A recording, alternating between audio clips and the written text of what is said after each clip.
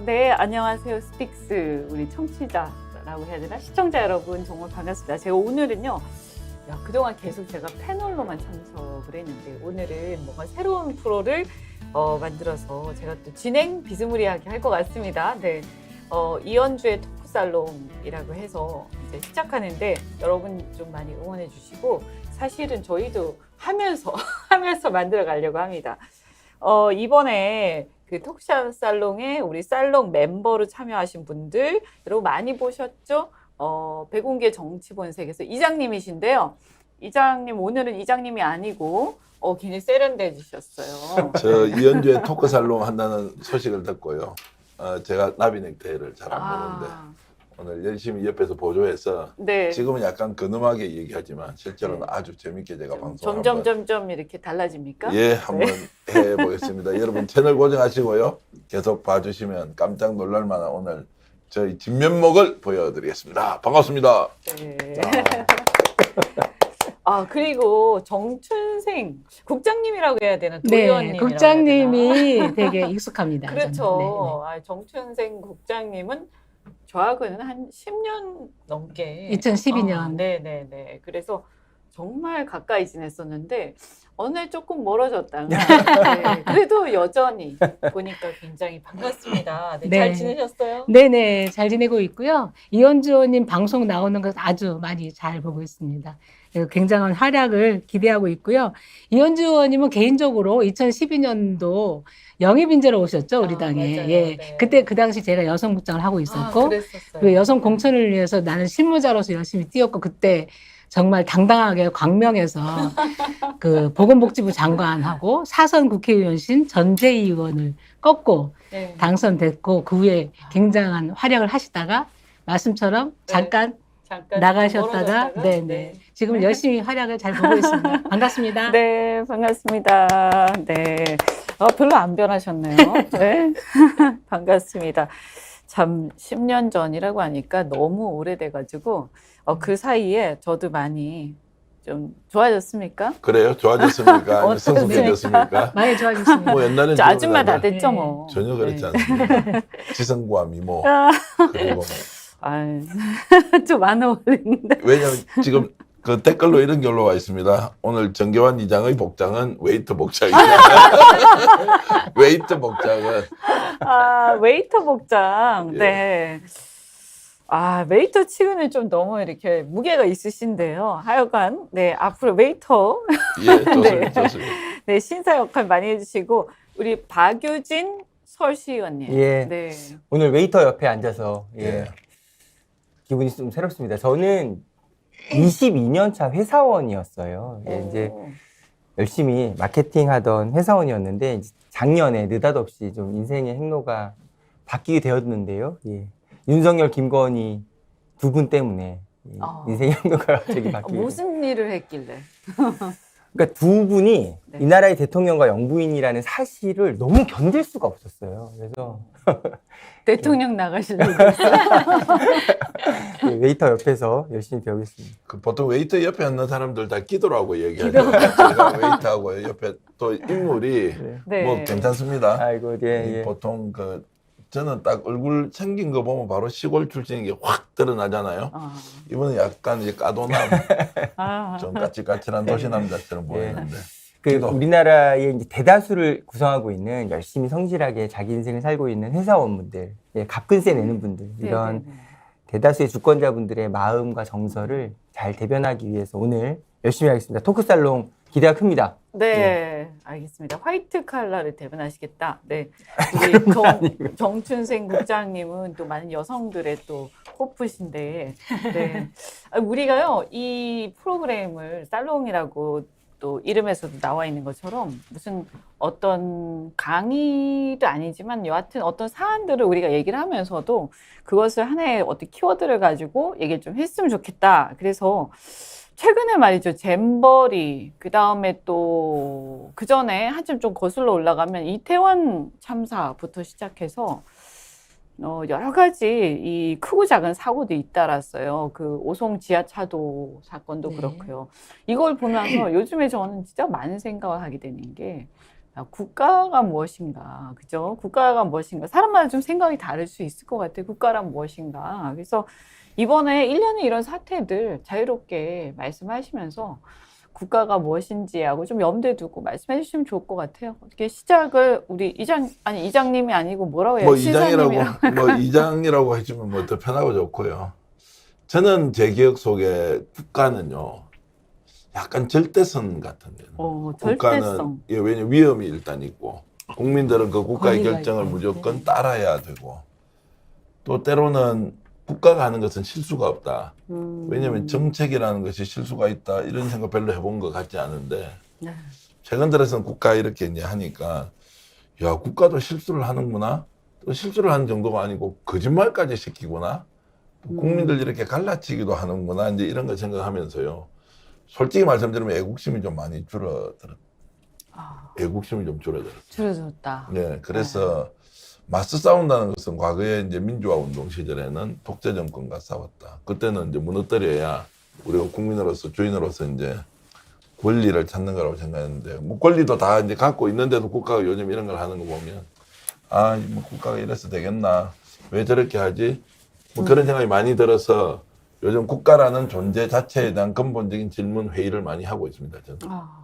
그런데 이렇게 대답을 하다 보니까 재미가 아주 없게 하는데 제가 좀 더 박력 있고 재밌게 네. 좀 있다가 이제 사례를 들려가면서 한번 그쵸. 해보겠습니다. 이제 시작을 좀 근엄하게 하시다 보니까. 그러니까요. 사실 뭐 또 제가 잼버리 오송 지하차도 이태원 참사 얘기했지만 또 저는 후쿠시마 오염수 방류건도 뭐 좀 있으면 방류하겠다라고 하잖아요. 그것도 결국 국가가 무엇인가 하고 좀 관계가 있을 것 같아요. 우리 박유진 시의원님, 지금 대한민국에서 그러면 시의원님 보실 때는 국가가 없다고 생각하시겠죠, 당연히? 네, 힘호부터 먼저 하고 네, 아까부터 이 굉장히 주제는 괴로워서 이 시작했다고 하시니까. 이 주제는 우리가 학창 시절을 생각해 보면요, 사회 시간 때 단골로 나온 문제가 있어요. 다음 중 국가를 구성하는 3요소가 아닌 것은 기억이 나실 겁니다. 이거 우리 아들이 얼마 전에 숙제하던데 보니까 이게 이제 정답이 뭐냐면 1번 국민, 2번 영토, 3번이 주권입니다. 공부 그러니까 잘하셨겠어요. 아닙니다. 이게 그래서 우리가 국경주가 누구냐 막 이런 거 외우면서 했는데. 국경주. 예, 자, 국경주였다고. 다시 한번 예. 우리 보시는 분들 집중했는지 한번 물어봐야지. 좋습니다. 우리가 한 줄 정리, 이현주 토크살롱의 한 줄, 국가 3요소는 국경주다. 국민과 영토와 주권인 거죠. 그런데요, 우리가 기본적으로 학창시절에 배웠던 생각을 다시 돌이켜 대입해 보면, 자, 보세요. 지금 국민의 70%가 반대하는 대통령의 정치력, 대통령의 존재 의미, 국민의 70%가 반대하고 있습니다. 여러 정책들에 대해서. 영토. 지금 후쿠시마 오염수 방류가 이제 코앞이죠. 그러니까 이제 벌써 오늘자로 기사가 나갔습니다만 서울 시민들 대상으로 이미 수산물 불안해서 못 먹겠다라는 여론조사가 70% 넘었어요. 주권. 지금 과연 바이든 날리면 같은 사례들을 굳이 인용하지 않더라도 과연 대한민국이 민주공화국이고 모든 권력이 국민으로부터 나오고 있는지를 되묻지 않을 수가 없는 거죠. 국가란 무엇인가 오늘 이 토론 주제 네. 심호흡하고 정말 열심히 달릴 겁니다. 국가의 3요소. 네. 이렇게 또 요점 정리도 해주셨는데 아니 근데 오늘 뉴스를 보니까 잼버리 이제 사실상 뭐 종영하고 이제 철수하잖아요. 근데 또 철수를 그냥 하긴 좀 뭐했는지 이걸 이제 K-팝 공연을 하는 걸로. 그래서 지금 상암동에서 한다는 거죠. 네. 그죠? 네, 예. 지금 지금 아직까지는 비가 안 오던데 어쨌든 상암동에서 한다고 하면서 이번에 보니까 뭐 BTS 그죠? BTS한테 또 와가지고 하라고 막 또 강요하기도 하고요. 네, 그래서 또 이게 문제가 됐는데 아니 그건 어떻게 생각하세요? 이번에 1년에 공연 강요하는 거. 국가 권력의 갑질이라고 생각합니다. 국가 권력 갑질. 그러니까 사고는 정부가 다 쳐놓고 왜 그 뒷수습을 우리 문화예술인 특히 K-팝을 상징하는 가수들한테 뒷수습을 하게 하냐. 그리고 가수들한테만 삽질을 하는 게 아니고 축구 팬들한테도 삽질을 하는 거고요. 축구가 거기에 취소됐죠. 그렇죠. 그리고 그게 정해진 것도 아니고 고척에서 할 수도 있답니다. 그러면 이게 프로 야구까지 다 연결이 되는 거예요. 아. 그리고 BTS는 아직 확정이 안 됐지만 뉴진스는 나온다는 거잖아요. 아. 그것도 KBS 주말에 뮤직뱅크라고 있습니다. 그걸 취소했다는 거잖아요. 아, 그걸 나오느라고. 취소시키고 공연에 나오도록 하고 이야말로 정말 전 국가적인 이런 갑질이 어디 있습니까? 아니 근데 이거는 그 전쟁 때 전시 때 국가 총동원령 내리면 옛날에 그 그런 나치 방식인 이런 것 데서 같아요. 이렇게 막 그 연예인 저기 뭐죠 음악인데 예술인데 총동원해서 선전 선동시키고 하는 예, 개별수 뭔가 나오고. 그런 예. 느낌인데요. 그래서 저는 이제 이게 국가 권력이 이제 이렇게 해도 된다고 저는 생각하지 않거든요. 그 어떻습니까? 실제로 국가 권력이 이렇게 해도 된다? 아니 학교 교장 선생님이 예를 들어 학생들을 수업 시간이 다 정해져 있어요. 그리고 할 일과 학교가 할 일과 학생이 할 일이 달라요. 근데 갑자기 무슨 일이 벌어져서 수업 다 빼고 바깥에 나와서 풀 뽑아라. 뭐 어디 가서 청소하라. 이제 이런 것들이 먹힐 수 있냐고요. 국가가 더욱더 이 BTS는 어떻습니까? 이분들이 대한민국 출신이지만 글로벌 스타다가 아니고 이 움직이는 일종의 대기업 같은 그 이런 데를 야 너희들 와서 공연 좀 해? 야 왜 안 와? 그러면 하이브라는 이제 거대 엔터테인먼트 회사는 겁날 거 아니에요. 세무조사 받고 또는 다음에 어떤 불이익이 올 수도 있다는 생각 때문에 압수수색. 그렇죠. 뭐 그런 걸 상상하게 하잖아요. 그러면 첫 번째는 야 이 사람들이 이렇게 말을 할 수 있다는 그 자기 판단 이것은 어디서 오는 거지? 민주주의에서 저는 온다고 생각하지 않아요. 네. 권력을 가졌으니까 그 권력은 나 것이다. 내 것이니 내 마음대로 써도 된다. 야 좀 와줘. 이렇게 말할 수 있냐고요. 대한민국에 만약에 삼성의 이재용 회장이 그런 말을 했다. 직원들한테 젊은 친구들 가만히 있겠습니까? 아니 저는 그거 보면서 제일 화가 나는 게 이게 지금 이번 정부가 제일 많이 쓰는 단어가 뭐예요? 자유잖아요, 자유. 그런데 이 연예인들 내지는 예술인들, 문화예술인들이 자신들의 어떤 행동의 자유, 또 양심의 자유, 그리고 이런 어떤 이 상황에서 일종의 뭐 직업 선택의 자유의 일종이죠, 이것은. 그래서 자신들이 공연을 하고 안 하고를 자신들이 결정할 자유가 있는 거예요. 근데 지금 국가가 강제하고 있거든요. 마치 징발을 하는 건데, 근데 이런 징발은 강제동원, 우리 옛날에 일제 강점기 때 강제동원 하듯이. 근데 이거는 우리나라에서 우리는 자유국가이기 때문에요. 이 징발을 하기 위해서 반드시 법의 근거가 있어야 돼요. 근데 법의 근거라는 거는 입법이니까 국회에서 어떤 입법을 통해서 해야 되는 거예요. 그래서 사실은 그냥 막 하고 있는데 아주 기가 막혀요. 이게 전시에 총동원하는 거. 그러니까 그거는 긴급 사태인 경우죠. 그죠? 그거 말고는 사실 법으로 정해서 일정한 조건 하에서만 할 수 있는. 저는 이게 이 완전 헌법 위반이야. 그죠? 네, 헌법 예. 위반이에요. 그리고 이게 법적으로는 형사법적으로는요. 타인의 권리행사 방해죄예요. 타인의 권리행사 방해죄. 그 다음에 그 해당 공무원은 직권남용. 근데 이렇게 막 국정농단의 그 수사를 앞장서서 해갖고 국민들로부터 박수를 받으셨던 분들이 이러니까 저는 막 너무나 그 앞뒤가 다른 것에 대해서 굉장히 화가 난다. 응? 그러니까 국가가 원하는 장소에 문화예술인들을 동원할 수 있는 나라는 북한이 있죠. 북한 맞아. 북한도 아니고 대통령의 한마디 그리고 국가 관계자의 한마디로 이렇게 문화예술인들을 동원할 수 있다. 이런 발상 자체가 굉장히 위험하다고 생각하고요. 그리고 특히 K-팝을 선도했던 이 가수들은 한 번의 공연을 위해서 굉장히 많은 준비를 합니다. 무대 세팅뿐만이 아니라 노래 기법 그리고 안무까지 해서 수개월간에 걸친 준비를 해야 되는데 이거는 마치 김연아 선수한테 맨 땅에서 피겨스틱 해라 하는 말이랑 똑같은 거거든요. 그래서 아미들이 분노하는 거고 갑자기 국가가 군대가 있는 진과 제이홉이 가 있는데 갑자기 와서 공연하라 그러면 이게 되겠냐 말이에요. 근데 그렇게 가능하다는 발상 자체가 굉장히 정말 후졌다. 옛날 군부독재 같다. 그런 생각이 들어요. 근데 군부독재는 그렇게 했습니까? 갑자기 세계적인 연예인을 갑자기 오늘, 내일, 뭐 며칠 안에 당장 나와. 이렇게 한 적이 있나요? 저는 잘 모르겠는데. 시간을 두고 하면은 뭐 할 수 있죠. 또 자발적 동의가 전제된다면 그쵸. 할 수 있는 네. 거고. 근데 이게 지금 하루 이틀 사이에 네. 글로벌 스타를 부른다. 이것은 제가 봐서는 다 아미 치사하고. 입장에서 보면요. 그 열받는 미국 거죠. 대통령을 하루 만에 어디에 있던 사람을 어디로 불러내는 것과 거의 비슷하고 우리나라 대통령의 일정조차도 그렇게 바꿀 수가 있습니까? 애들이 장난감도 아니고 또 그 아이들이 대한민국의 정말 대표 스타로서 전 세계에서 한류를 알리고 있는 사람들이 정말 거대한 기업과 같은 조직에서 움직이고 있는데 이렇게 부른다는 것은 말이 안 되고 그래서 최초에 이런 발상을 했던 사람 있잖아요.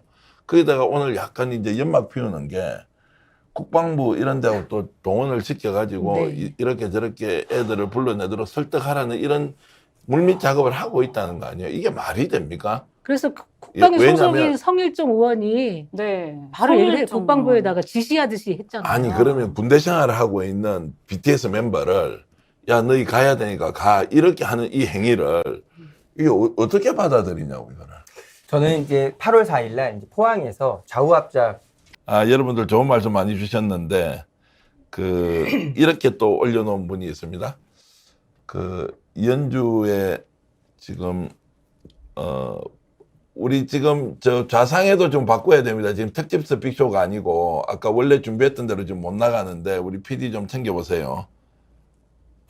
지금 연주의 토크 살롱인데 별명을 맞아. 또 지어 주셨어요. 네. 별명을 토살로 지었는데 와 토살 성공할 것 같다 이렇게. 토살. 토살이라고 하시고요. 토시살 생각나는데. 예. 그리고 외눈 선장님은 동접자 많았는데 좀 빠져나가서 아쉽다고 해주셨고 시인님은 빨리 오세요 서비스 지지합니다 이런 걸 올려주셨는데 네. 아까 이제 이 프로그램 새로 진행한다고 많은 분들이 댓글을 올려주시면서요.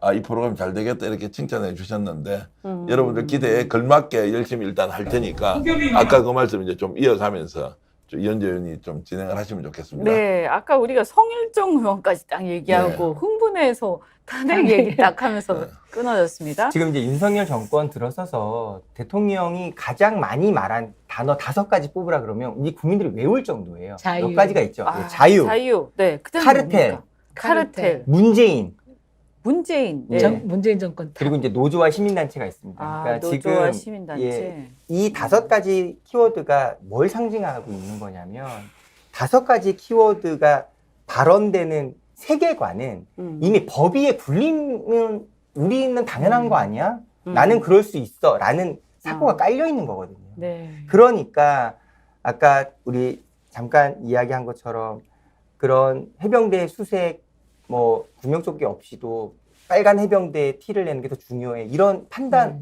할 수 있는 거고 아니 그러니까 해서 그런 일들이 참사가 벌어지는 거고 지금 이렇게 잼버리 이 막판에 이거 회복은 그냥 K-팝 가수들 와서 회복하면 됩니다. 이렇게 편리하게 사고하는 거죠. 절차와 과정의 중요함을 알고 있는 네. 조직과 세력이라면 이런 식의 의사결정 할 수 없죠. 근데 하여튼 제가 볼 때는요, 기본적으로 지금 헌법 정신 자체에 대해서 문제가 있는 것 같아요. 근데 우리가 이제 시청자분들 위해서 좀 더 이렇게 지금 이런 벌어지고 있는 것들 가지고 한번 얘기를 해보면 저는 그 오송 지하차도 사건 있잖아요. 이것도 굉장히 심각하다고 생각하거든요. 근데 아까 그 해병대원 얘기를 했는데 아니 최근에 보니까 기사들 중에서 그 해병대원을 그 순직한 해병대원이 순직한 그 사건을 가지고 그럼 어디까지 책임질 거냐라고 했을 때 사단장까지 책임을 물어야 된다라고 했더니 아 이게 뭔가가 나왔어요. 그런데 사단장까지 물으면 대한민국에서 멀쩡할 사단장이 누가 있겠냐 이러면서 지금 그거를 덮으려고 했던 그런 지금 정황이 나왔거든요. 혹시 그거 들어보셨어요? 네. 어쨌든 이 정부는 참사든 사건 사고가 나든 윗선에 책임져야 될 사람들 다 뒤로 빠져 있고 정말 일선에 고생하시는 말단 공무원들만 처벌하는 선에서 그리고 그렇게 또 언론들이 어쨌든 그 방향으로 몰아가요. 그 선에서 잠재우려고 한다. 이 역시도 다 수사를 해서 이 책임 어느 정도 했던 부분을 다 그 삭제하라고 지시를 한 거잖아요. 네. 정말 정말 굉장히 위험한 발상이라고 생각이 되고요. 이 부분에 대해서는 분명히 야당에서 국정감사를 통해서 반드시 밝혀내고 책임져야 될 부분에서는 책임져야 된다. 그렇게 생각합니다. 요거 이제 조금 더 제가 사건에 대해서 좀 네. 말씀을 드리면 모르실 수도 있을 것 같아요. 네, 이제 예. 해병대 대원이 구명조끼 안 입고 이제 들어갔다가 사실은 그걸 주지 않았죠, 그죠? 그래서 순직을 한 사건에서 이걸 이제 조사를 하지 않습니까? 근데 조사를 하는데 이 사건을 조사한 이 이제 결과가 이제 사단장급까지 업무상 과실치사 혐의로 경찰에다가 이제 이첩을 한 걸로 이제 일단락을 할 예정이었대요. 근데 이 해병대 수사단에서 이 조사 결과를 국방부 장관한테까지 보고를 하고 결재까지 받았는데, 그리고 그 결과를 유족들한테 설명까지 다 했다는 거예요. 그러다가 그러니까 31일 날 완전히 반전이 돼서요. 국회 보고하고 언론 브리핑이 취소가 됐어요. 그리고 국방부에서는 갑자기 장관 주재로 긴급회의가 열립니다. 그러면서 원래 장관은 이 해외 출장이 예정이 돼 있었는데 긴급회의까지 했다고 해요. 그래서 이후에 이렇게 보면 뭐라고 했느냐. 아까 말씀 잠시 하셨는데 이 수사단장한테 뭐라고 했냐. 국방부에서 경찰 이첩할 때 그 혐의 사실 등을 적시를 하지 말고 그 이첩하는 거를 좀 보류 좀 해라. 갑자기 전부 다 얘기가 다 끝났는데 그러면서 이거는 법리 검토를 좀 해보니까 문제가 있었다 어떻다, 응? 뭐 실수가 있었다 뭐 이랬는데 이제 사람들은 이건 뭐 이상하다, 그죠? 뭐 외압이 있었던 거 아니냐 이제 이렇게 막 의심을 한 거죠. 근데 여기에 어떤 얘기가 나왔느냐? 31일 날 어떤 관계자가 지금 이제 폭로를 한 건데요. 대통령실 31일 대통령실 회의 이후에 이런 일로 사단장까지 처벌하게 되면 대한민국에서 누가 사단장을 할 수 있겠느냐는 취지의 지적이 대통령실 회의 이후에 나왔다. 그 얘기를 군 고위 관계자한테 들었다. 이렇게 지금 된 거예요. 그래서 지금 요게 지금 윗선 개입했냐 안 했냐를 가지고 지금 논란이 있어요. 근데 저는 어쨌든 이 얘기가 근거 없는 얘기는 아닐 거고요. 근데 어쨌든 만약에 그렇다고 한다면 자 그러면 사단장까지 처벌하면 책임을 지게 하면 이게 우리나라에서 책임 안 질 사람이 누가 있냐. 지금 이게 1년에 지금 이상민 장관이 이태원 참사 사건에 대해서도 이상민 장관 책임을 져라라고 하니까 이상민 장관 법적으로 무슨 책임이 있냐 이렇게 나왔잖아요. 그다음에 또 지하차도 사건을 비롯해서 수해 사건에 대해서 대통령이 사과를 해라 어째라라고 하니까 계속 나타나지도 않고 있죠. 잼버리에 대해서도 마찬가지예요. 이거는 서로 내 탓하면서 특히 이 정부가 지금 현재 권력인데 지나간 정부 탓을 계속하고 있어요. 그래서 저는 이게 지금 국가의 역할과 관련해서 국가의 책임과 관련해서 이거 문제 있는 거 아니냐 이런 생각이 드는데 이장님 한 말씀. 그러니까 이제 위로 올라가서 책임을 묻게 되면 이제 저분들의 역량을 평소에 갖고 있는 생각을 제가 추정해 보면 최종적으로 대통령까지 책임 물을 거 아니냐. 네. 대통령 아니면 총리까지 물을 거 아니냐. 총리 다음에 장관까지 할 거 아니냐. 장관이면 국방부 장관 아니냐. 국방부 장관 밑에는 해병 사단장까지 책임을 묻게 되면 자동으로 올라오니까 어느 시점에 딱 완전히 잘라줘야 이 사건이 종결된다는 생각이 있겠죠. 네. 이현주 의원이 한 번씩 강조하는 거 있지 않습니까? 이 사람들이 왜 이렇게 정말 비상식적으로 책임에서 회피하려고 할까? 걸려들면 끝난다는 막연한 두려움이 있겠죠. 어느 시점에 이거 그냥 국민들이 대충 넘어가서 끝내자 이렇게 안 갈 거 아니에요. 그러면 아예 무리하더라도 무조건 초장에 초전 박살하듯이 딱 잘라내고 책임에서 면탈시켜주는 것이 자기들의 생명을 부지하는데 훨씬 더 좋다 이렇게. 저는 뭐냐면 이게 이렇게 되면요. 실무자들이나 그런 밑에 일선에서만 책임을 지게 되면 그분들이 굉장히 억울할 것 같아요. 어떤 면에서는. 네. 그죠? 아니, 실질적으로 보면 이게 윗선에서 이것을 전체적으로 어떤 상황이 벌어지면 책임을 지면서 야, 이거 내가 책임질 테니까 적극적으로 이 어떤 구조 활동을 해. 라든가 이렇게 해야 되는 거 아니에요? 근데 이렇게 되면 우리가 괜히 나서면 나중에 가서 나만 문제될 거야 이런 생각할 수 있거든요. 결국에는 제가 볼 때 이 사람들이 왜 공무원들이 일을 안 하냐라고 윤 대통령 맨날 그렇게 다그치는 것 같은데 이게 지금 문제다 사실은. 이렇게 밑에 일선에만 처벌을 하고 위에서 정무적 책임을 전혀 안 지는 게 실은 더 큰 문제다. 이런 생각이 들더라고요. 최근에 한 이제 말씀 화제가 되는 이제 DP라는 드라마가 있죠. 예, 이제 시즌 1이 끝나고 나서 이제 시즌 2로도 많은 울림이 있었는데요. 이제 거기에 정말 말하고 싶은 주제가 딱 이거 하나거든요. 이렇게 질문을 던집니다. 군대 내에서 사고가 총격 사고도 있고 여러 사건이 있는데 모두 다 군대 왜 오냐? 나라를 지키려고 왔다는 거예요. 나라를 지키려고 왔던 젊은이들, 군인들 사이에서 일어난 사건들이 지금까지 계속 누적돼 왔는데 이런 도발적인 질문하는 겁니다. 왜 다 같이 나라를 지키고자 왔던 군인들 사이에서 벌어졌던 이런 참극에 대해서 언제나 국가는 빠져 있었던 거냐. 이 질문이 그 드라마 전체를 관통하는 핵심 주제였는데요. 맞습니다. 지금 국가란 무엇이라는 이 질문에 대해서 이제 지금 저희 패널들 모두가 다 마음 한 곳에서 설명할 수 없는 이 약간 참담함과 답답함이 있는 이유가 바로 여기에 있습니다. 지금 국민 모두가, 주권자 모두가 묻는 질문은 왜 아무도 책임지지 않냐는 거예요.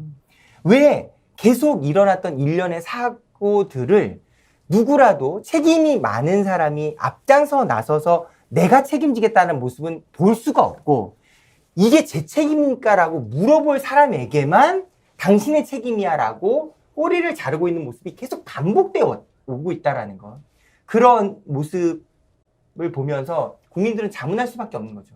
근데 이게 나라냐, 법적 이게 국가냐. 책임과 정무적 책임이 다르지 그렇죠. 않습니까? 다르죠. 그러면 그 어떤 정무직, 특히 장관이란가 고위공직자의 정무적 책임이란 건 뭐라고 생각하세요?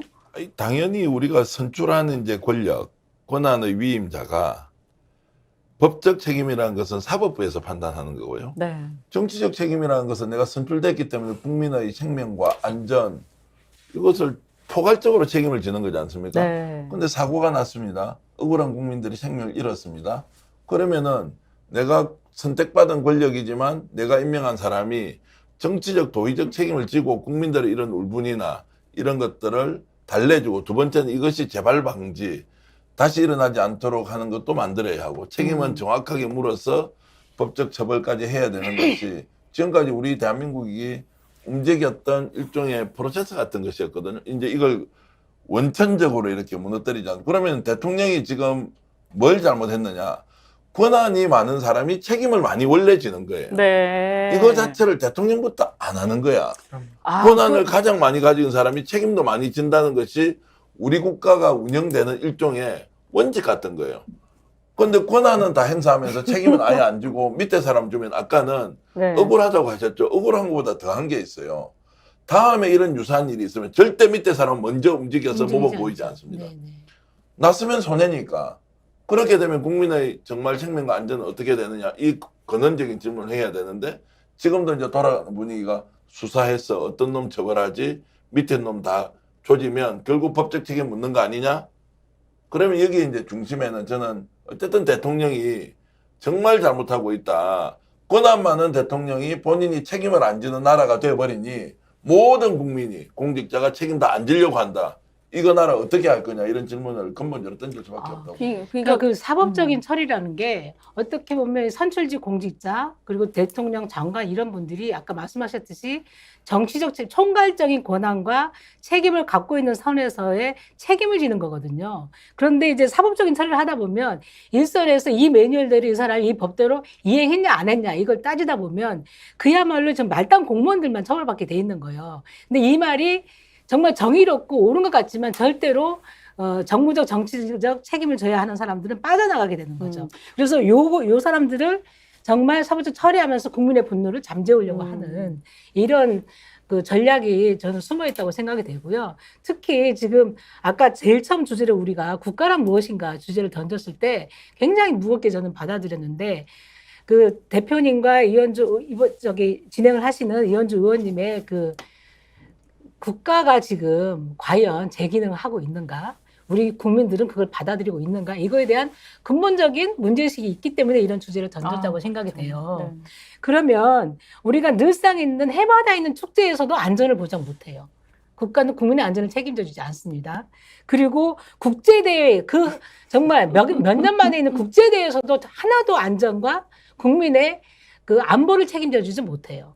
그리고 재난지에 있을 때도 책임져 주지 못합니다. 그리고 지금 난리인 게 살인 예고 하면서 그리고 테러 하면서 지금 190 사건이 그 입건이 됐나요? 그 중에 또 10대가 또 50% 이상 있다고 하는데 일상생활에서의 안전도 국가가 지금 책임져 주지 않고 있습니다.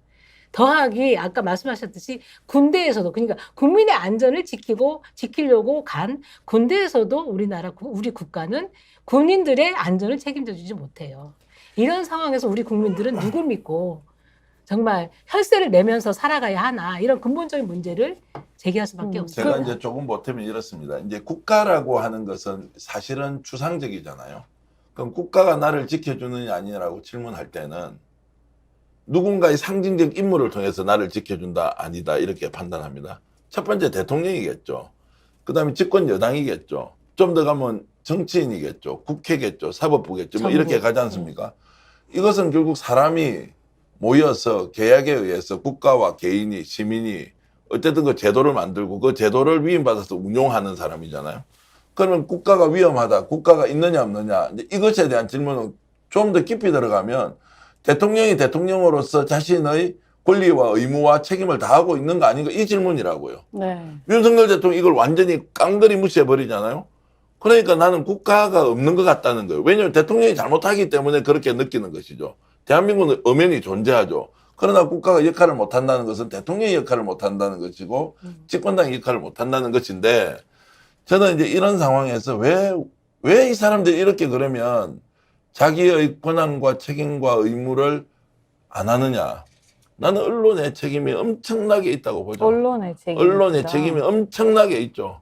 지금 대한민국 언론 한번 보십시오. 어떻습니까? 이게 정말 공정하고 상식적이고 합리적으로 대통령의 행동, 대통령의 정책, 정치인의 집권 여당의 이런 제대로 이렇게 균형 있게 하고 있습니까? 정말 저는 그래서 대통령을 더 망치고 있는 쪽이 언론이다. 대통령을 보태주는 것 같지만 실제로는 대통령을 더 망치는 게 언론이다. 이런 말씀을 좀 드리면서.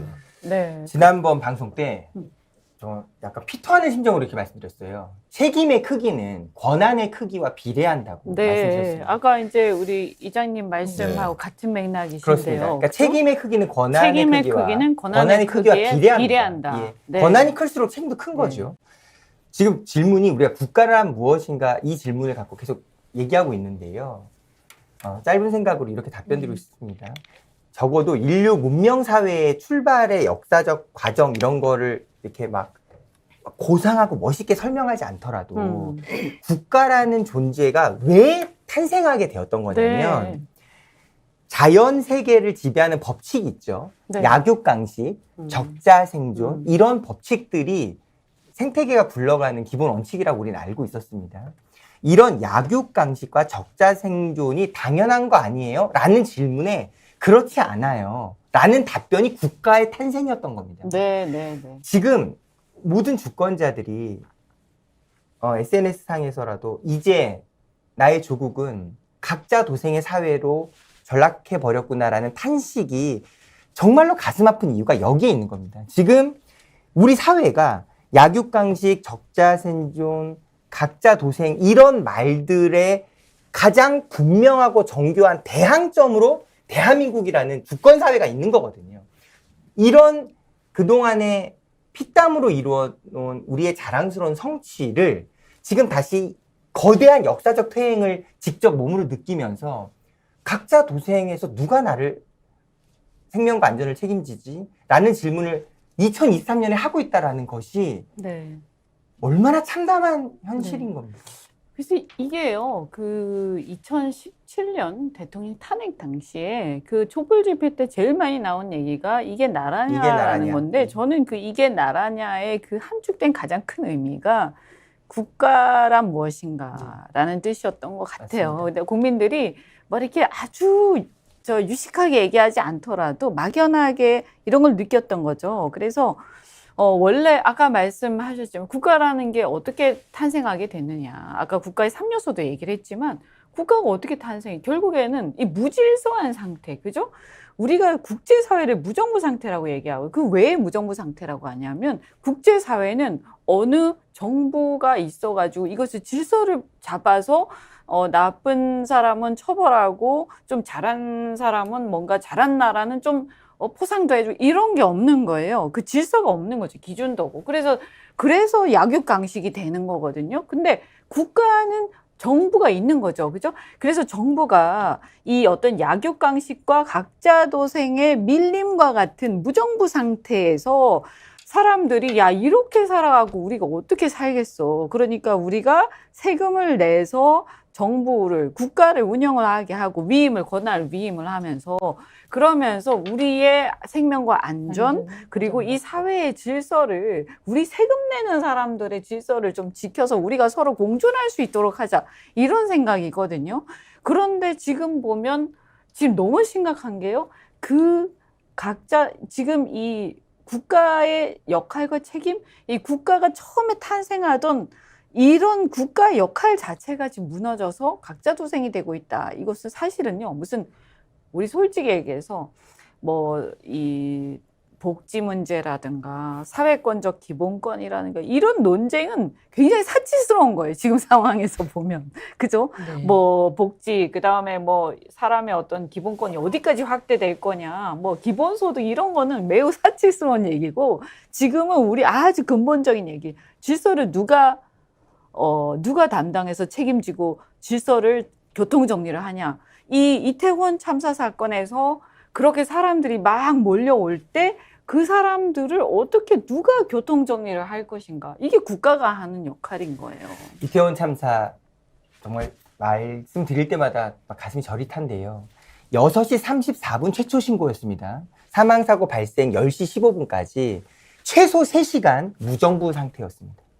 60건이 넘는 신고들이 빗발쳤음에도 불구하고 움직이지 않았던 이 나라. 우리 모두가 분명히 기억하고 있는데요. 너무 놀랍게도 이번 오송 참사가 거의 똑같이 재현됐던 거죠. 이태원 참사와 맥락상 거의 결이 같습니다. 그렇죠. 저는 신고도 계속 있었죠. 들어가죠. 그죠? 예. 신고가 있었어요. 저는 네. 제가 실명 내걸고 윤석열 김건희 부부 탄핵 인생 걸고 한다 이런 이야기를 서슴없이 했던 것은 이번 붕장어 먹방이 결정적인 계기였는데요. 51명이 돌아가셨습니다. 전쟁 상황이 아닙니다.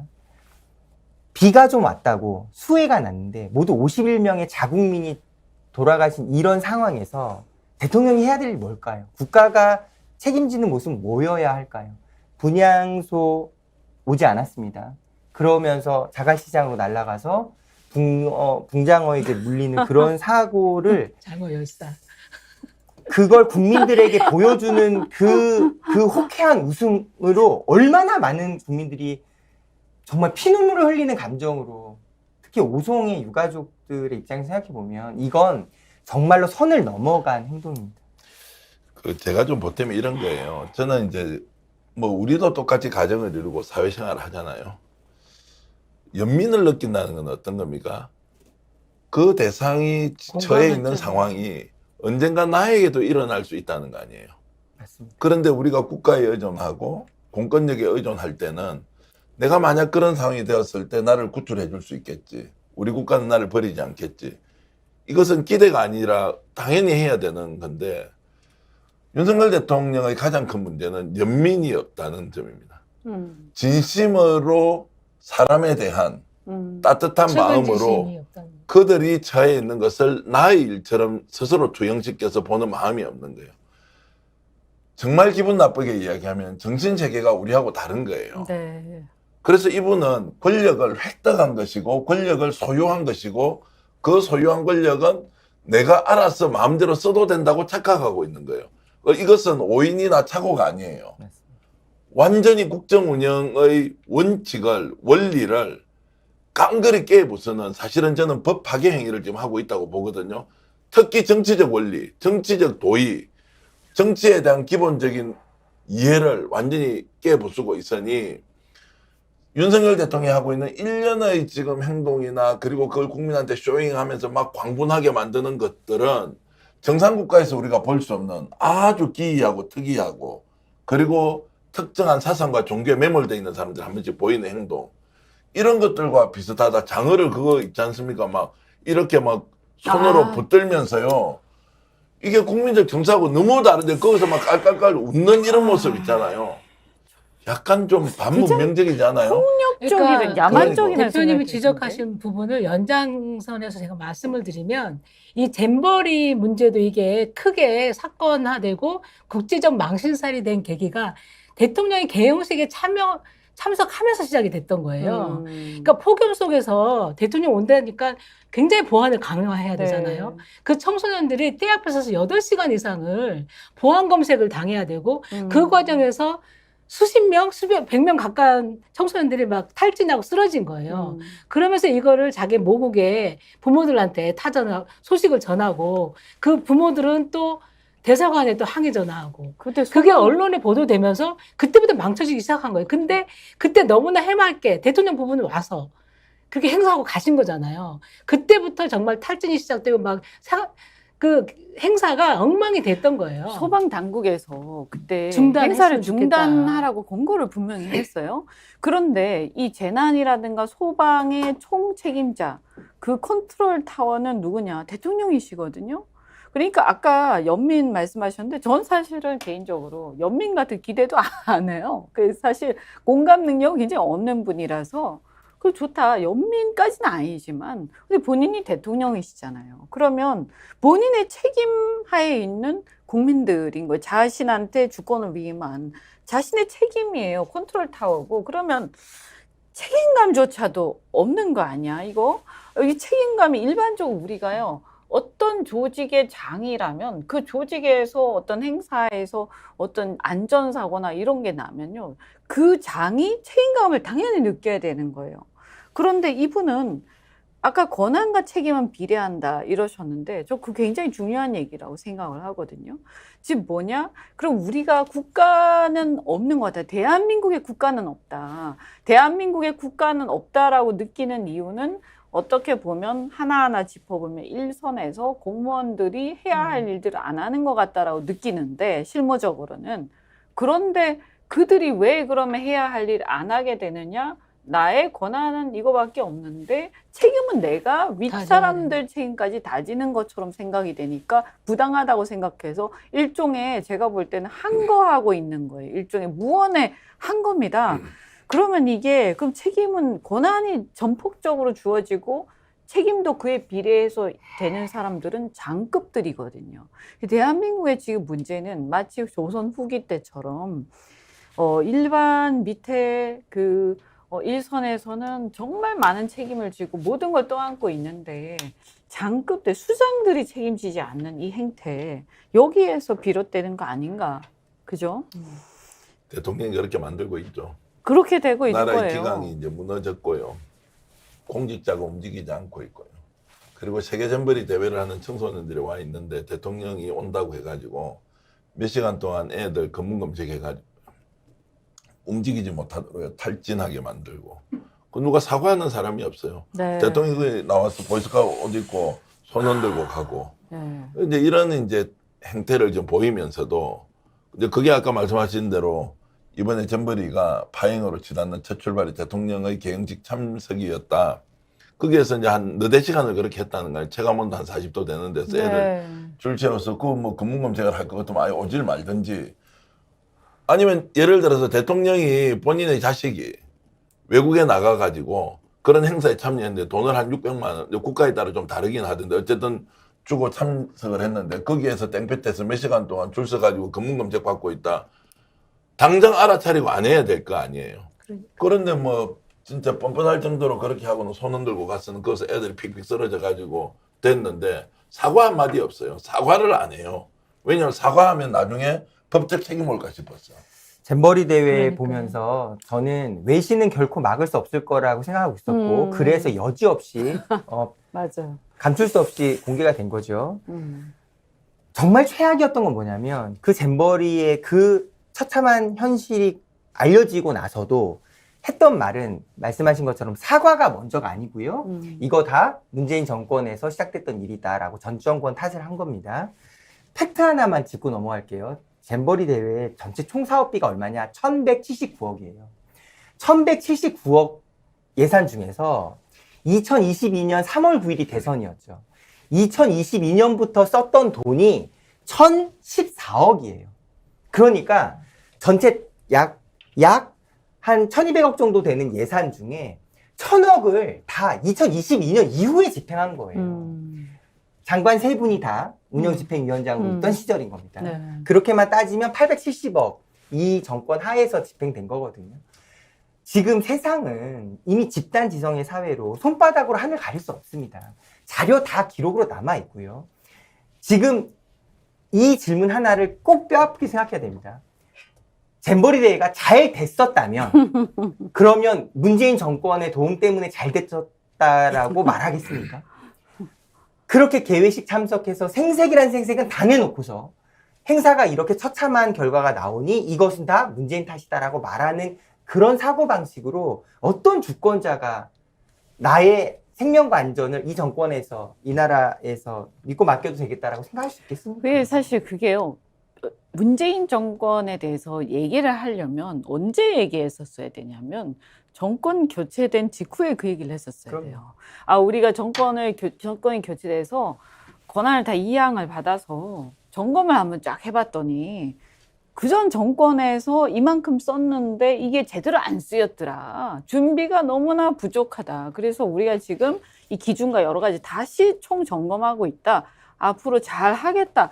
이 얘기를 이렇게 만약에 얘기를 작년에 했더라면 그러면 100번 양보해서 제가 볼 때는 그럴 수 있겠다라고 생각이 들어요. 근데 이때까지 1년 넘게, 그죠? 1년 거의 반 넘게 아무것도 안 했잖아요. 뭐 문재인 정권 얘기한 적이 없어요. 그냥 잘 하고 있다라고만 얘기를 했다고요. 예. 그런데 이게 실패로 끝나니까 그때서야 이거를 지금 책임을 떠넘기는 거죠. 그러면 지금 현재 이 대한민국의 모든 이런 문제들에 대해서 권력을 가지고 권한을 행사하는 집단이 어디입니까? 이상하잖아요. 이거 말이 됩니까, 이게? 얼마나 엉터리인지 제가 좀 보태면요. 두 분 말씀하시는 거 보면 참 논리적으로 예산이 예를 들어 1,170억이었는데 이거를 뭐 지난 이제 정부 들어서고 나서 한 그러니까 한 7, 80% 썼다. 또 좀 전에 말씀하신 거는 과거 정권을 평가해서 이렇게 진작에 문제 제기를 했어야 된다. 뭐 요렇게 하시는 거는 너무 이제 논리적으로 이렇게 참 정중하게 설명하는 것이죠. 저는 내가 이렇게 얘기해 볼게요. 아니 43,000명이 오기로 한 그 장소에 한 몇백만 평 되지 않습니까? 네. 지금 왜 이번에 이 문제가 터졌습니까? 대통령이 이제 그 애들 그 더운 데서 검문 검색한다고 애들 100명 쓰러졌죠. 아니 물구덩이가 파여 있으면 물구덩이 그 배수로 내면 되지 이게 돈하고 관련이 있습니까? 그늘이 없으면 텐트를 몇 개 더 치면 되고 부족하면 텐트 붙이면 되잖아요. 시간이 안 걸립니다. 그런 부분. 아니 그러니까 이거는 몇 개월 안에 누군가가 책임자가 가서 점검을 해보고 야 이거 이런 문제가 있겠다. 모기 너무 많다. 요즘 예전에 그 모기 방역 차 있지 않습니까? 계속 뿌려서 하는 거예요. 그러면 배수로 없고 자 모기 많은 거 제거하면 되고 그 다음에 천막이 없는 건 천막 치면 되고 그래도 걱정이 되면 냉방자 같은 거 미리 좀 준비해 놓으면 되고 또 하나 더 있습니다. 우리 국민들이 외국에 손님 오면 얼마나 적극적으로 잘하려고 합니까? 자원봉사 얼마나 많습니까? 네. 자 여기에 자원봉사 좀 오셔서 애들 물을 좀 더 잘 떠주고 이게 지금 돈하고 관련된 일입니까? 국가가 어떤 행사를 할 때 이게 돈이 없어서 할 수 있고 할 수 없고 돈이 있으면 하는 일이 아니라고. 이게 얼마나 엉터리냐면 기본적으로 외국에서 손님들이 와서 4만 명이 묵어야 되는 공간에 천막이 없고 배수로가 없고 모기가 많아서 생긴 문제를 무슨 전 정권, 현 정권 예산을 그때 썼다 안 썼다 이렇게 따질 게 아니에요. 엉터리 중에 엉터리인데 지금 이것을 전 정권 탓을 하고 우리는 아무 문제가 없다고 하고 이따위 소리를 하는 사람이 어떻게 국가를 운영하는 책임자로서 국민의 인정을 받습니까? 어제 오늘 해서 이제 임종석 전 대통령 비서실장이 글을 남겼죠.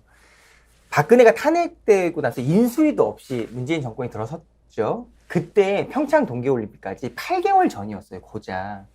8개월 전에 상황을 봤더니 너무 처참하더라는 거예요. 왜? 주경기장 완성도 안 됐고 강원도와 올림픽 개최위원, 준비위원회 의사소통도 정리가 안 돼 있고 그래서 이제 사회수석을 TF 단장으로 해서 매일 회의하면서 매일매일 조여가면서 그토록 칭찬받는 평창동의를 만든 거거든요. 자, 이번 잼버리 대회 두 가지 꼭 얘기해야 됩니다. TF, 대통령실 차원에서의 TF 있었냐? 없었습니다. 그러면 국무총리 차원에서라도 TF 있었냐? 없었습니다.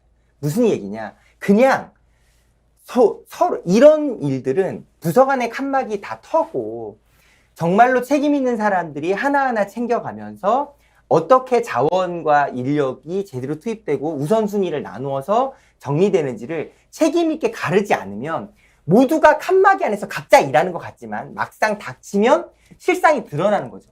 여지없이 그렇게 된 거고요. 이것은 변명의 여지가 없어요. 이제 칸막이 행정을 말씀을 하시니까 이게 사실은요, 칸막이를 트고 이게 전부가 이렇게 앞장서 가지고 막 일을 하는 분위기가 되려면 사실은 아직까지는 대한민국 사회에서는 이 뭔가 좀 그래도 권한이 좀 센 사람이 이거 틀어주고 해야 된다 이런 게 좀 있어요. 왜냐하면 예산도 그렇고. 근데 지금 제가 볼 때 너무 심각한 게 이거 아예 팽개친 것 같다라고 그렇죠. 생각하는 게 네. 여가부 장관이 주무부처 장관인데요. 여가부를 폐지한다고 했잖아요. 그러면 힘이 실릴 수가 없고. 이게 곧 폐지될 부처의 장관이 물론 그분이 그렇게 나서서 한 것 같지도 않지만 그래도 그 밑에 일선 공무원들은 열심히 하려고 했을 거예요. 그런데 예산 해달라고 해도 될 리가 없고요. 예를 들면 자원봉사자를 모집하는데 전라북도에서 모집해서는 이게 안 돼요. 전국에서 모집을 해야 되거든요. 그런데 이게 배당이 되겠느냐. 이것도 아마 전라북도에서 알아서 하라. 이런 식으로 됐을 거라고요. 그러니까 이 부분이, 그러니까 분명하게 잼버리 지원 특별법에 의하면 조직위원회를 구성하게 돼 있고 네. 조직위원회 모든 준비와 설치 이 부분 총책임자예요. 그래서 조직위원장이 여가부 장관으로 돼 있고 말씀하셨다시피 윤석열 정부는 여가부 폐지를 하겠다고 하는 거고 또 김현숙 장관은 가면서 자는 여가부 폐지를 위해서 간다. 이런 답을 또 했던 사람이라서 얼마만큼 책임감을 갖고 이 행사를 준비했겠느냐. 근데 이제 올해 보면은 원래는 조직위원장 1인 체제인데 올해 3월에 그 문화체육부 장관 그리고 행안부 장관 3인 공동 체제로 하고 그리고 전라북도 국회의원 1명 그리고 그 스카우트 연맹 총재 한 분 해가지고 5인 공동 체제로 해요. 근데 일이 안 되게 하려면 공동 체제로 하면은 정말 일이 안 되거든요.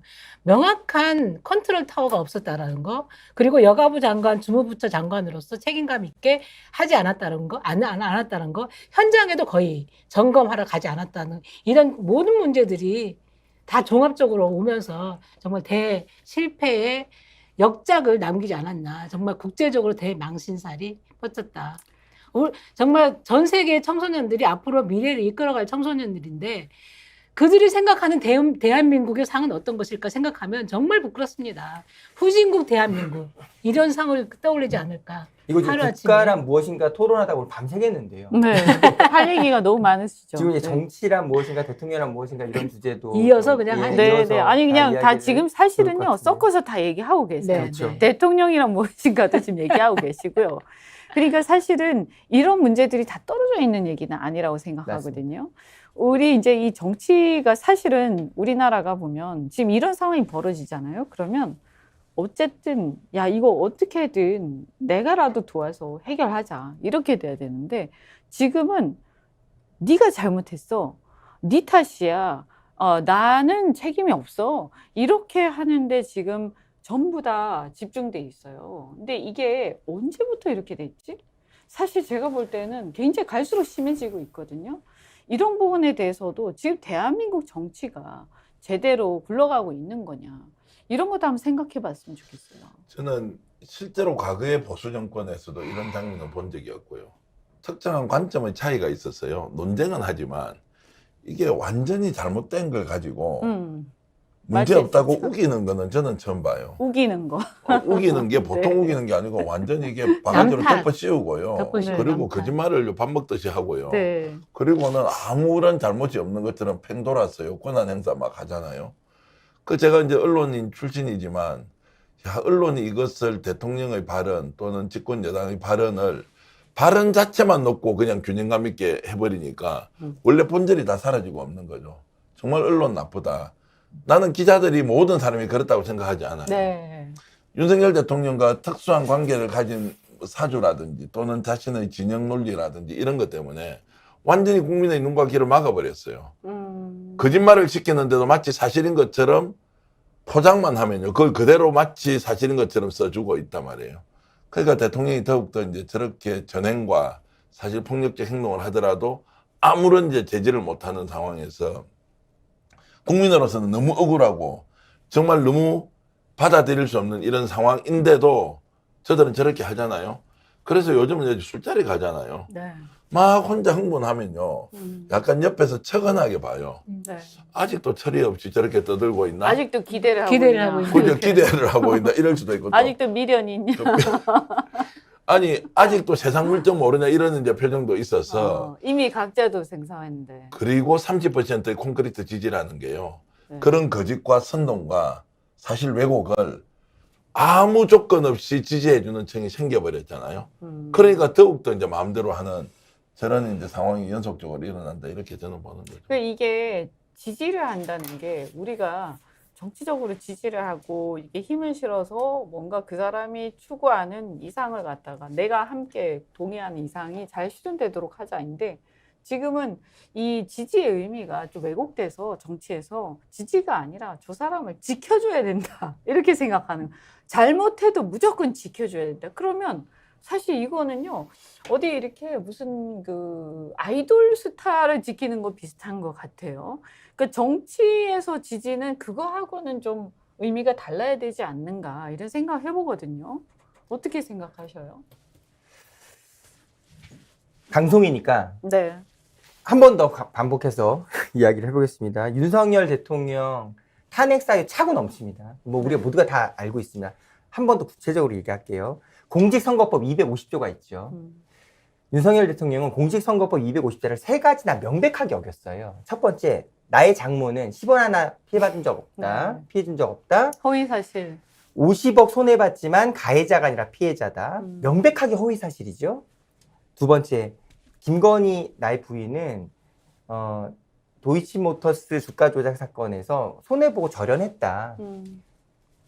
절연은 무슨 원금 17억 몇 해 전 돌려서 수익 10억 넘게 받았죠. 순수익률이 61%예요. 다 자료 드러났지요.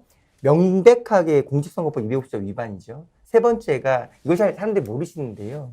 전 용산 세무서장 사건이 있습니다. 이분이 이제 매수해서 돈 받아서 다른 사람들 얘기하다가 그 사람의 당시 대검 중수부장으로 윤석열 당시 중수부장이 그 수사해야 될 사람인 거예요.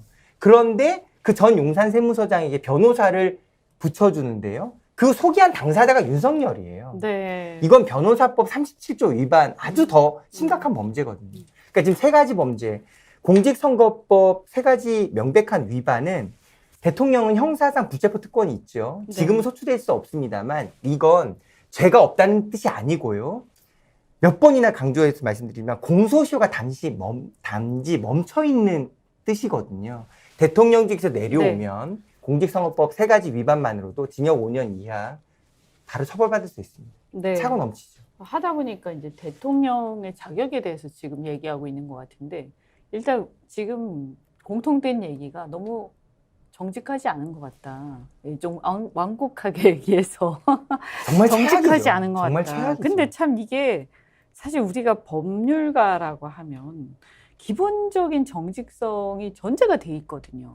저 사람이 예를 들어서요. 법률가가 뭘 얘기를 하는데 판사든 검사든 간에 정직하지 않고 거짓말을 한다라고 전제하고 얘기를 하면 말이 안 되는 거예요.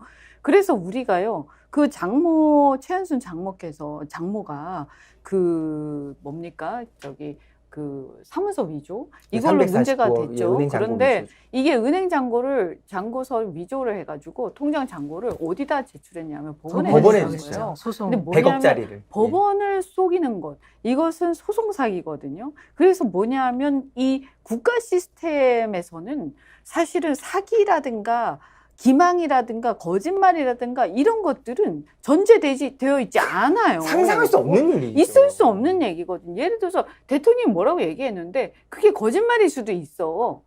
지도자가 뭐라고 얘기를 했는데 그게 거짓말일 수도 있어. 이 사회가 어떻게 되는 거예요?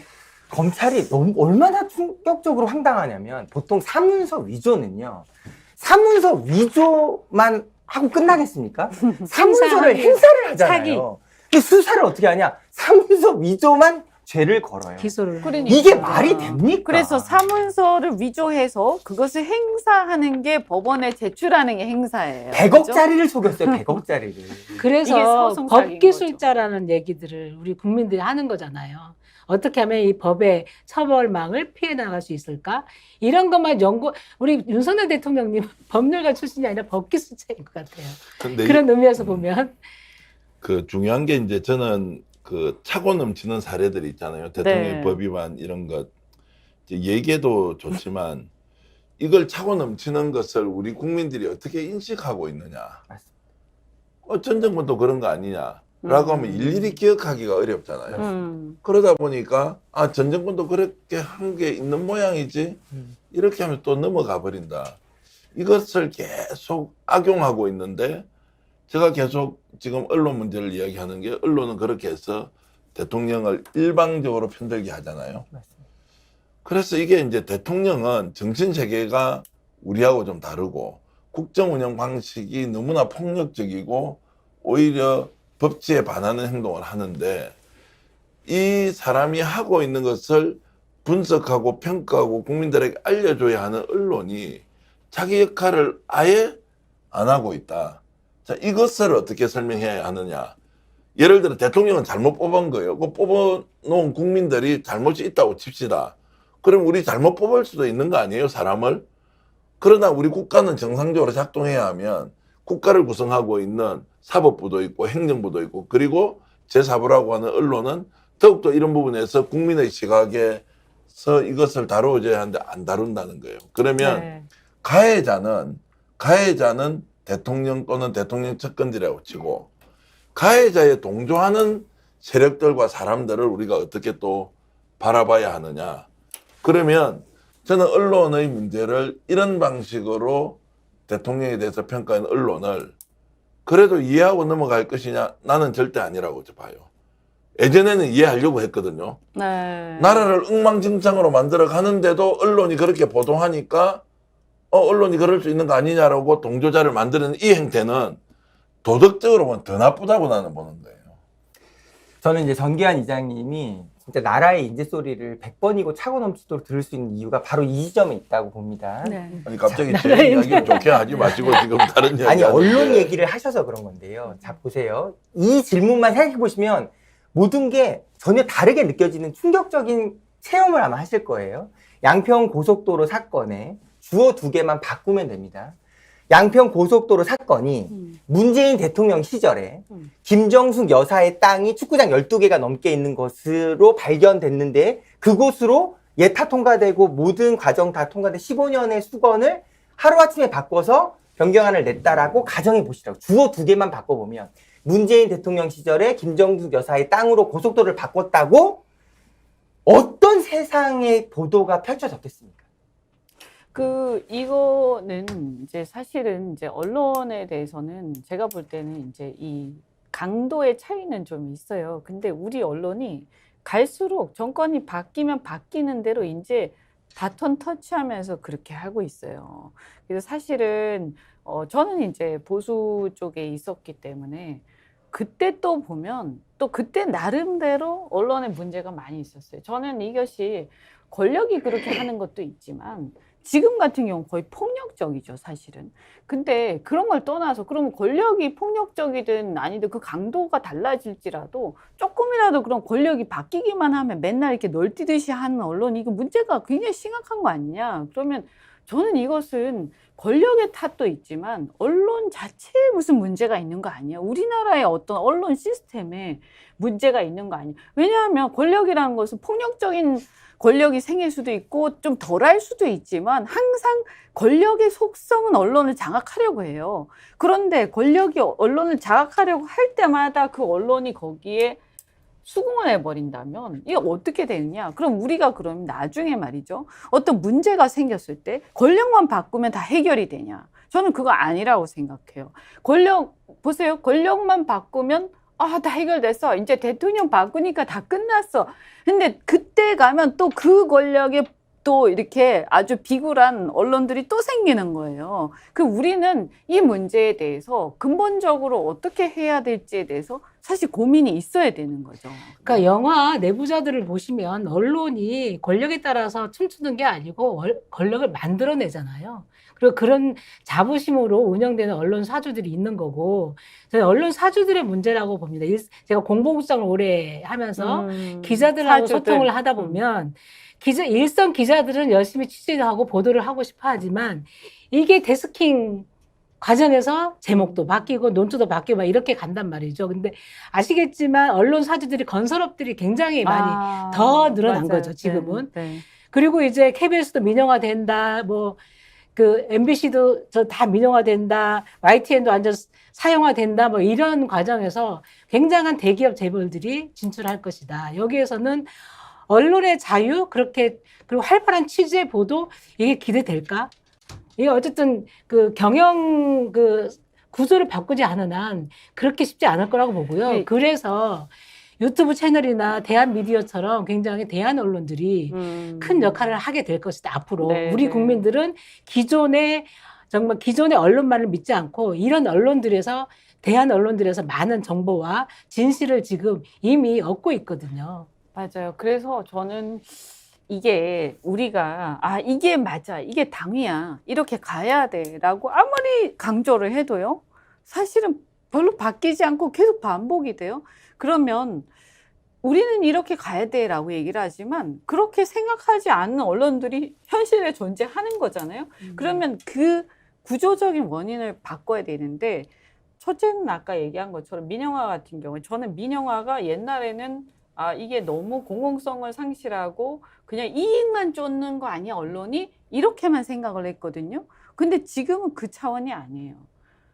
검찰이 실세가 됐잖아요, 이 나라에. 검찰 국가죠. 네, 그러다 보니까 뭐 조금만 이 수사권을 갖다가 수단으로 이용하는 도구로. 그래서 어떤 권력이 어떤 목적이 있으면 그 대상을 수사나 이런 캐비넷에 있는 자료를 가지고 협박을 한다든가 이렇게 되는 거예요. 그래서 민영화라는 게 이게 더 옛날보다 훨씬 더 위험해지고 있는 게 그 민간 기업, 언론을 소유하고 있는 민간 기업이 어떻게 기업이라는 거는요. 절대 이게 진짜 털려고 하면 이 그레이 에리어가 항상 나오거든요. 그래서 이게 마치 배임처럼 계속 문제를 삼아가지고 협박을 해서 굴복시키는 거예요. 저는 이 검찰 수사권이 이런 식으로 장악되어 있는 상황 속에서는 어떤 언론도 특히 민간 언론은 오히려 더 위험해지고 있다. 우리나라 언론은 정확하게 얘기하죠. 한 번도 변한 적이 없어요. 김일성 장군으로 찬양했고요. 인간 전두환이라고 찬양했고요. 윤석열을 관상쟁이 옆에서 앉혀놓고 왕이 될 사람인가 관상을 사주가 옆에서 지켜보고 있는 그런 모습 한 번도 변한 적이 없습니다. 어떻게 해야 될까요? 그러니까 저는 기울어진 운동장이라고 표현하면 안 되고요. 지난번 방송 때도 얘기했지만 수직 운동장입니다. 수직 운동장. 이 언론 환경에서 낭떠러진 지금 운동장. 스픽스가 지금 얼마나 독립운동하고 있죠. 독립운동. 이 역할에 대해서는 정말 꼭 인정하는 말씀 드리고 싶고요. 예전에는 언론이 이랬죠. 정권이 바뀌면 그래도 보수 언론이든 진보 언론이든 그 정권이 어쨌든 국정 운영을 잘하는 우리 그 허용 범위 안에서는 양해도 해주고 또 허니문시전 뭐 이런 게 그러나 그 최소한의 전제는 이런 것이었죠. 사실에 기반해서 진실 위에서 관점이 다르니까 국정 운영을 주도하고 있는 집권당이나 대통령실 청와대의 의견을 그래도 존중을 좀 해주자. 이제 이런 것들이 선이라는 게 있었단 말이에요. 지금은 그 선이 완전히 사라진 것이 검찰에서 혹시 수사할 수도 있으니까 권력에 밑비면 사주가 당할 수도 있으니까 이런 것도 있고요. 사실 우리가 모르는 것 중에 더 큰 것은요. 실제 언론과 권력이 거래를 해서 그 언론이 필요한 언론의 사주가 필요한 이익을 실제로 공유하고 있죠. 대표적으로 국가가 가지고 있는 홍보 예산 가지고 언론사에 몇십억에서 몇백억을 주고 있단 말이에요.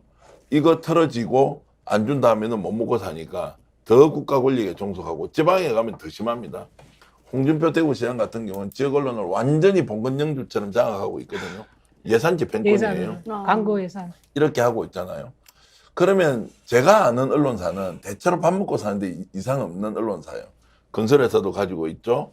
또 예를 들어서 뭐 유통회사 가지고 있는 데 있죠.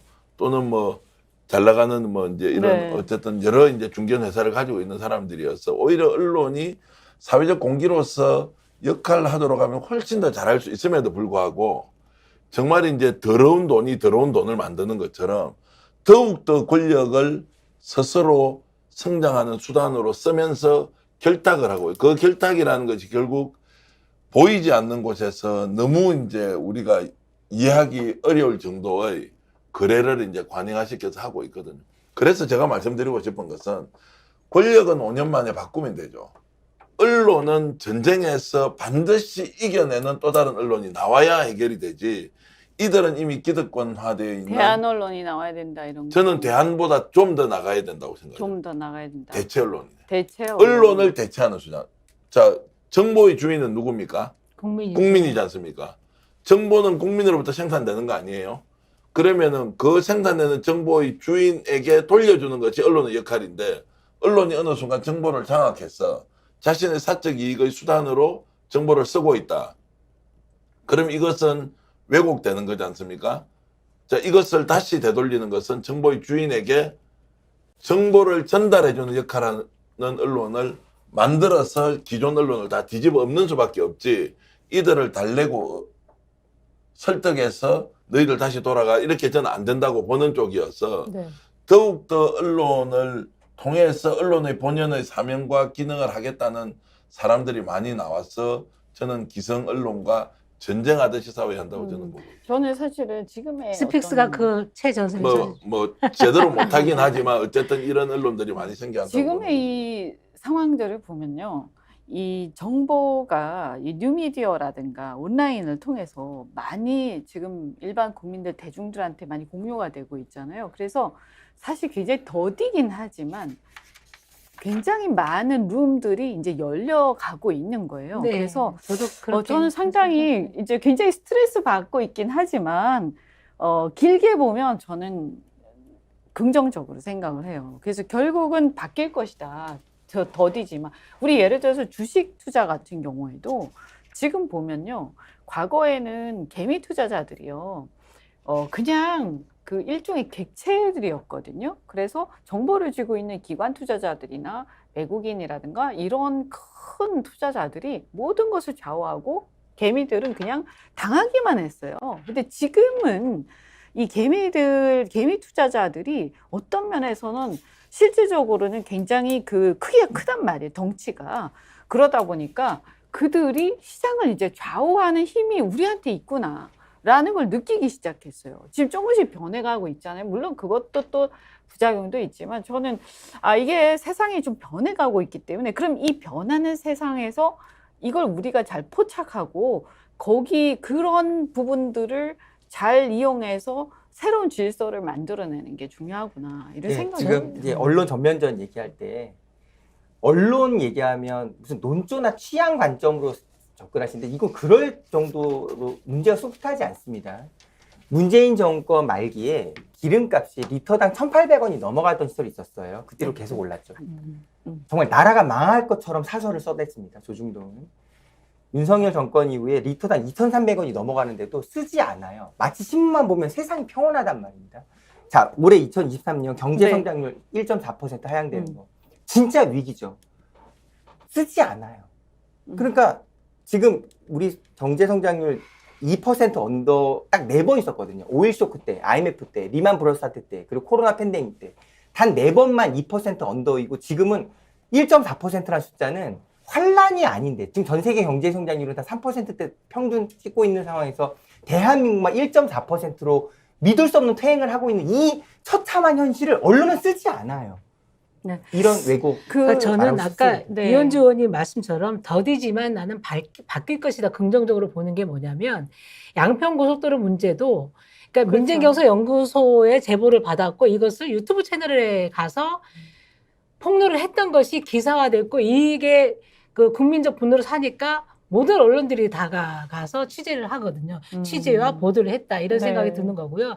이미 지금 많은 국민들이 지상파 뉴스를 보고 그리고 종이신문을 보고 정보를 접근하던 시대에서 정말 변화하고 다양한 있죠. 유튜브 채널을 통해서 네. 정보를 획득하고 있거든요. 그래서 나는 많은 변화가 앞으로는 있을 것이다. 그리고 스픽스가 40만을 넘었고 그리고 네. 100만을 넘는 유튜브 채널들이 꽤 있어요. 아. 여기서 정말 진실들이 보도가 되고 국민들이 공감하고 정보를 공유하고 이렇게 되면 아무리 기존의 언론들이 제대로 된 보도를 안 한다고 해도 국민적 분위기상 사회적 변화를 반영해야 되기 때문에 변할 수밖에 없다. 네. 유튜브 채널이 오히려 그 부분을 끌고 갈 수 있다. 저는 그렇게 네, 생각합니다. 그런 의미에서 그 스픽스 저 구독자가 지금 50만 향해서 가고 있는데 많이 참여해 주시고 이게 저는 이런 하나하나의 사소한 것들이 모여서 변화가 일어난다라고 믿거든요. 네. 자, 이제 끝날 시간이 거의 다 돼 가는데 마무리 발언 하시기 전에 중간에 광고 한번 하고 예, 지나가겠습니다. 제가 지금 이 네. 순간에도 이제 지금 최홍규 계속 선생님 이렇게 먹고 같은 싶은데 분은 지금 참고 있느라고. 분은 지금 최홍규 선생님이 슈퍼챗도 보내주셔서 너무 감사하다는 말씀드리고 지금 이 시간에 김대환님, 엣지유님, 잠자리 부대님, 토모님, 황박연님, 푸드리 햇번님, 나도나님 푸드리 많은 분들이 지금 이제 댓글로 응원도 해주시고 의견을 많이 내주고 계신데요. 여러분들이 이제 국민 정어리처럼 무도한 정말 거대한 상해에 맞서서 싸우는 한 사람 한 사람의 소중한 이제 에너지원이 되고요. 여러분들 덕분에 스픽스가 이제 47만 명을 넘어서 아마 8월 중에는 50만 명까지 벌써 그렇게 됐어요. 예, 50만 야. 명 정도로 이제 향해 갈 것 같은데 음. 여러분들이 이렇게 만들어주신 스픽스가 그래도 이제 국민을 위한 언론으로 좀 제대로 갈 수 있도록 계속 이렇게 지지와 격려 좀 해주시면 고맙겠고요. 국가란 무엇인가에서 시작해가지고 언론까지 지금 쫙 한 바퀴 돌았는데요. 네. 어떻게 이제 마지막에 한 말씀만 하시고 이제 오늘은 좀 마무리를 하겠습니다. 오늘 우리 정춘생 국장님 먼저 하실래요? 네. 대통령이란 무엇인가 이 주제도 논의했잖아요. 네. 윤석열 대통령님 앞으로 더 이상 전 정권 남 탓 좀 그만하시고요. 그 자리에 권한과 책임 그게 너무 무거우시다면 스스로 내려놓으십시오. 더 이상 국가를 운영할 능력이 없어 보입니다. 이상입니다. 네. 우리 박유진 시의원님. 정치란 무엇인가 이렇게 검색창에 치잖아요. 네. 이렇게 나옵니다. 나라를 다스리는 일. 음. 대한민국 헌법 1조 1항 2항 대한민국 민주공화국이다. 대한민국 주권은 국민에게 있다. 모든 권력은 국민으로부터 나옵니다. 그 학창시절에 우리 배웠던 그 마음 그대로 왜 현실에서는 느낄 수 없는지를 모든 국민분들이 거의 매일 되뇌이고 있거든요. 민주공화국, 주권은 국민에게, 권력은 국민으로부터 나온다는 말 꼭 명심하고 더 참담한 현실을 맞이하기 전에 헌법 정신 회복해야 한다 생각합니다. 네. 이장. 저는 오늘 이현주의 토크 살롱 이렇게 탁 기획해서 출발하고 사실 좀 간청을 드렸거든요. 워낙 풍부한 지식 또 경험 이런 것들을 갖고 계시길래 좀 의미 있는 토크 같은 것도 필요한데 적격입니다. 좀 해주십시오라고 했는데 이현주 의원님 첫 방인데 성공할 것 같다는 직감 들었습니다. 지금도 댓글로 올려주시는 분이 이거 참 좋은 방송 만들어줘서 고맙다 이렇게 해주셨고요. 그리고 벌써 이제 제목을 토시살처럼 토살이라고 토살. 토크살로 야. 이현주 토살 잘 되겠다 이렇게 이현주의 해주셨는데 네. 이 프로그램이 오늘은 이제 한 1,800명 정도 동접이었고 다음 네. 주는 아마 3,000명 갈 거고요. 네. 시간이 점점점 지나면서 5천만 만 명까지 달려갈 것 같으니까 이 프로그램 꼭 성공할 수 있도록 여러분들 좋은 의견 주시고요. 또 오늘 여러분들 의견을 많이 소개해드리지 못했는데 다음에는 이현주 의원님의 그 꾀꼬리 같은 목소리로 일일이 소개도 좀 해주시고 네네. 독자들과 아직 시청자 익숙하지 않아서. 여러분들과 커뮤니케이션 하면서 네. 이 방송이 여러분들의 삶에 정말 좋은 훌륭한 윤활유가 되길 진심으로 바라면서 저도 이현주의 토크살롱 적극적으로 응원하겠습니다. 네. 진짜 힘차네요. 예. 하여튼 오늘 우리가 국가에 대해서 살펴봤잖아요. 그래서 이태원 참사, 오송 지하차도 사건, 또 후쿠시마 오염수 방류건, 세계 잼버리 파행까지 어디에서도 국가는 없었어요. 누구 하나 사실 현장을 막 뛰어다니면서 걱정하는 사람도 찾아보기가 힘들었고 또 진심으로 반성을 하거나 제대로 책임지는 사람도 없었어요. 사실 높은 사람일수록 더하다는 게 우리가 정말 가슴 아프게 생각하는 겁니다. 이 사실상 무정부 상태, 지금 국민들 각자 도생하고 있다 이렇게 하는데 저는 제일 마음이 아픈 게 이 적절한 지휘나 책임도 그리고 든든한 물적, 정신적 이런 안전장치조차 없이 우리 그 해병대 순직한 사람 얼마나 마음이 아파요. 그런데 이런 무방비 상태에서 일선의 실무자들이요. 지금 형사처벌, 민사책임 이 부담을 홀로 지면서 위험의 최전선에 그들만 나가 있는 거예요. 저는 이 대한민국이 지금까지 근대 국가로서 싸운 국가 시스템이 무너지고 있다. 우리가 이대로는 안 되지 않는가. 그래서 정말 뭔가 해야 된다 하는 생각을 또 되새기면서 그런데 우리가 이번에는 또 깊이 한번 생각해 봤으면 하고 제가 시청자들께도 권해드리는 게 그러면 우리 지금 이 정부에 대해서 지금 비판하잖아요. 근데 이 정부가 끝나면 그럼 그 다음에 우리는 어떻게 할까? 저는 이게 더 중요하다고 생각해요. 사실 이 정부가 죄송합니다만 제가 볼 때 잘 되기는 글렀어요. 그래서 어떤 형태로든 끝날 텐데 그 이후에 우리 이번에는 정말 잘해야 되지 않나 하는 생각 한번 해봅니다. 자, 오늘 이현주의 토크살롱 여러분과 함께 잘 했고요. 정말 더운데 건강 조심하시기 바랍니다. 함께 해주신 분들 고맙습니다. 고맙습니다. 고맙습니다.